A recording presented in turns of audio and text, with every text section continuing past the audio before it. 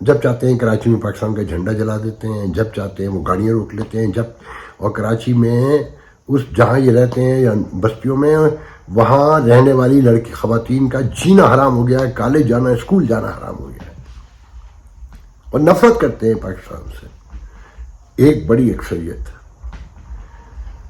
اس کے ساتھ چیزوں کو غور سے دیکھیں کہ ایک طرف کشمیر میں مجاہدین ایکٹیو ہو گئے ہیں، روز جھڑپوں کی خبریں آ رہی ہیں، اور انڈین آرمی مسلسل خبریں انڈین میڈیا میں آ رہا ہے کہ جی بارڈر ایریا میں سرچ ہو رہا ہے اور یہ ہو رہا ہے، مطلب پاکستان پہ الزام لگانا ہے۔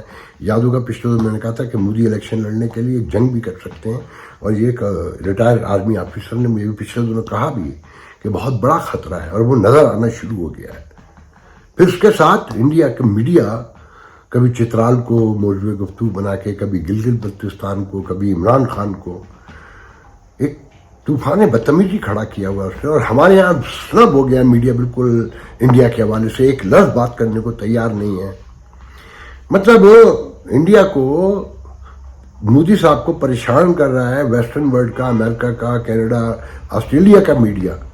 ان کو جواب دینے کے بجائے وہ پاکستانی معاملات میں الجھے ہوئے ہیں، میجر گورو سے لے کے ہر وقت عمران خان، آرمی چیف، اور اس طرح کی ساری گفتگو۔ ہاں بھائی، ہم نے بڑی غلطیاں کی ہیں، مانتے ہیں، اپنے آپ ہی دیکھ لو، ہم بہت برے ہیں، آپ سے بہت برے ہیں، اپنے آپ کو تو سنبھال لو نا، ورنہ آپ کا بھی یہی انجام ہوگا۔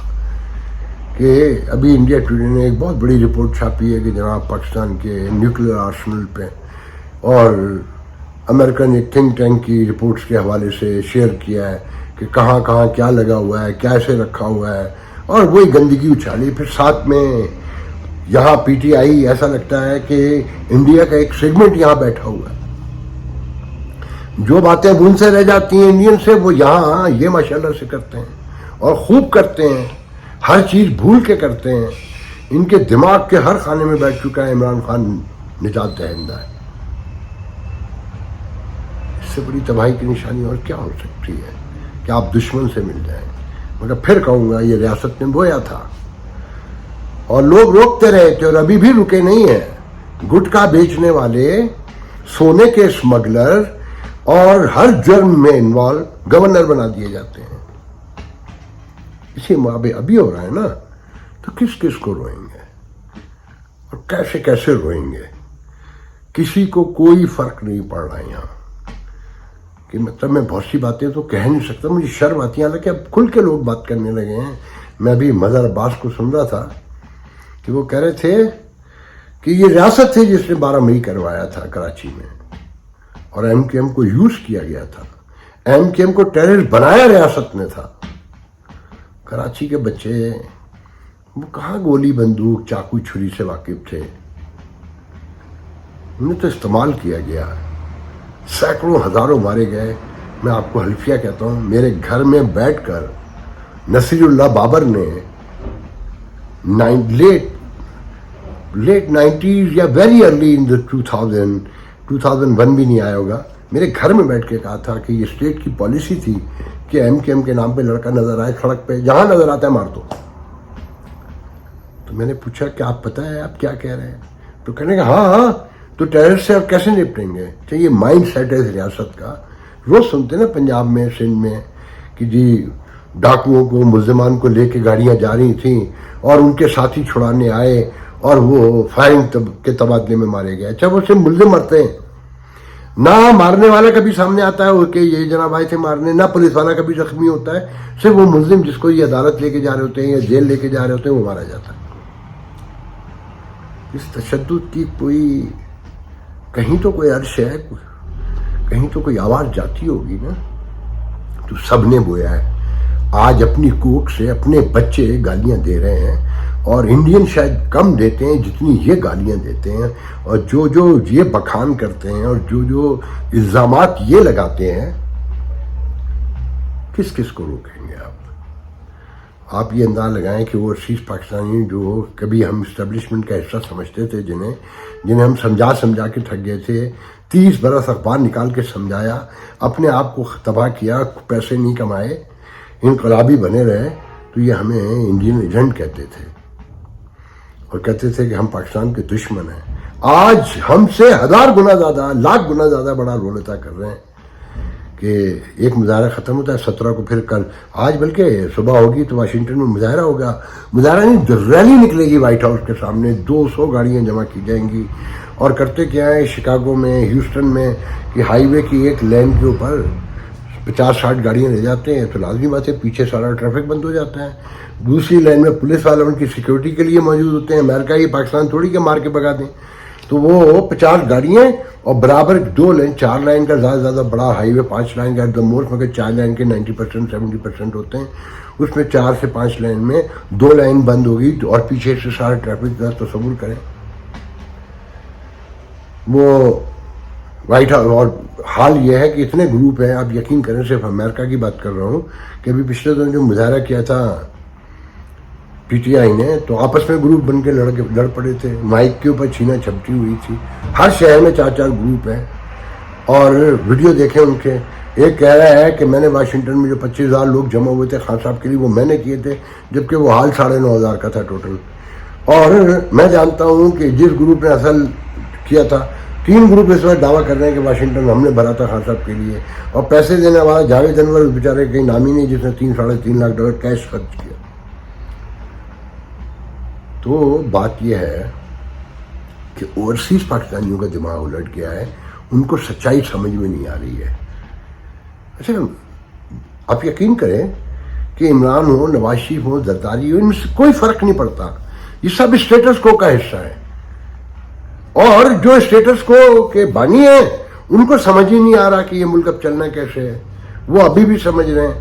ابھی ایک صاحب کہہ رہے تھے 1 گھنٹے پہلے کہ یار یہ ڈائریکٹ ہی آ جائیں نا تاکہ پتہ تو چلے ہی کیا کر سکتے ہیں یہ سیاستدان. دیکھیں سیاست، یہ میں اب اپنے آخری موضوع پہ جاتا ہوں کہ نواز شریف کے لیے ایک تو جوش و خروش سے استقبال کی تیاریاں. آپ بے حسی کی حد دیکھیں کہ یہاں لوگ بھوک سے مر رہے ہیں، کروڑوں اربوں روپے خرچ ہوگا. سارا پیرافینیلیا ہے نا، جھنڈے، پوسٹر، اشتہار بازی، گاڑیاں، روٹیاں، بریانیاں، اور کیا کیا ہوگا. اگر میں جب بہت غور سے جمہوریت کو دیکھتا ہوں نا تو آپ یقین کریں مجھے سب سے بڑے ملزم یا مجرم نواز شریف نظر آتے ہیں کہ انہوں نے سیاست میں پیسے کو عام کیا. بے نظیر بھٹو نے مجھ سے کہا یہ کہ ہم نواز شریف کا مقابلہ کیسے کرتے ہیں. جب میں نے کرپشن کے حوالے سے سوال کیا تھا کہ بی بی کرپشن تو آپ کے دور سے شروع ہو گئی تھی، تو کہنے کہ ہم کیا کرتے ہیں، ہمارے کارکن پھانسی گھاٹوں میں تھے، جیلوں میں تھے، اور نواز شریف نے بوریوں کے منہ کھول دیے تھے نوٹوں کے.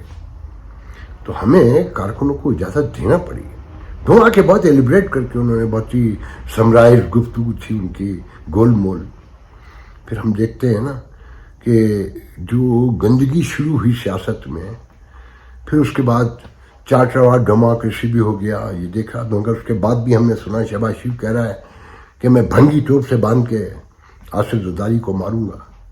پھر ہم نے دیکھا کہ قومی حکومت میں شامل ہوئے، زرداری نے شامل کیا. وہ چور اپنی جگہ ہیں، چور انہوں نے بالکل کم نہیں کیا. میں کبھی ان کی حمایت نہیں کرتا، آپ جانتے ہیں، مگر یہ 1-1.5 مہینے میں فارغ ہو گئے. 5 وزارتیں دی ان کو. یہ پھر تحریک بحالی عدلیہ لے کے نکل گئے. سب کو پتا تھا افتخار چودھری چور ہے. اس میں بھی بس نہیں چلا. اس کے بعد بھی تو میمو گیٹ میں آج یہی حسین حقانی ان کا ایڈوائزر ہے. ناراض ہوں گے حسین حقانی، مگر مجھے پتا ہے ان کے ایڈوائزر ہیں. اور میں تو میرا تھاٹ ہے، میں بھی ایم رانگ، کہ اگر نواز شریف کی حکومت بنتی ہے تو حسین حقانی ان کے وزیر خارجہ ہو سکتے ہیں. غور سے پڑھا کریں آج کل انہیں، نواز شریف کے ایجنڈے کو ذہن میں رکھیں اور ان کو پڑھیں، محترم حسین حقانی صاحب کو. اور فوج کا جو بیہیویئر ہے وہ دیکھیں، جس طرح آپ کا میڈیا خاموش ہے، جو گوادر میں امریکن ایمبیسڈر آ کے کھڑے ہوئے ہیں، کمرشل کوریڈور، چائنا کی اکانومی اور چائنا کا پیچھے ہٹنا، ریٹریو کرنا گوادر سے، سی پیک سے، ان سب کو جمع کر کے دیکھیں تو آپ کو جلدی سمجھ میں آ جائے گا. کیونکہ یہ سی پیک کا سارا کریڈٹ نواز شریف لیتے ہیں. اب جب یہ بیک ہو رہا ہے تو خاموشی اختیار کی جائے گی. کوئی حساب نہیں دے گا کہ کس نے کتنا مال بنایا تھا، اور اس سے جو قوم کا نقصان ہوا، جو قرضے چڑھے، اس کا کوئی حساب نہیں ہوگا. میں اگر ان کے جرائم گناؤں نا، کہ جب لوگ مجھ سے کہتے ہیں نا کہ یار نواز شریف بہتر ہے، لوگ پتہ ہے کیا کہتے ہیں، جو آج ہے وہ دیکھو، جو کل تھا وہ سب بھول جاؤ. ان سب نے مل کے، اس ریاست نے ان سیاستدانوں کو لا کر، یہ انہی کو لائے تھے نا، اس پوری ریاست کو ختم کر دیا اس وقت. اور یہاں کسی وقت بھی کوئی بھی حادثہ ہو سکتا ہے. اور ان کو سمجھ ابھی بھی نہیں آ رہی، انہیں پتہ ہی نہیں کہ گورننس ہوتی کیا ہے. اور جو بیوروکریسی ہے وہ سمجھ رہی ہے ایسا ہی چلتا رہے گا. آج کے لیے اتنا بہت ہے، انشاءاللہ کل گفتگو ہوگی. اللہ حافظ.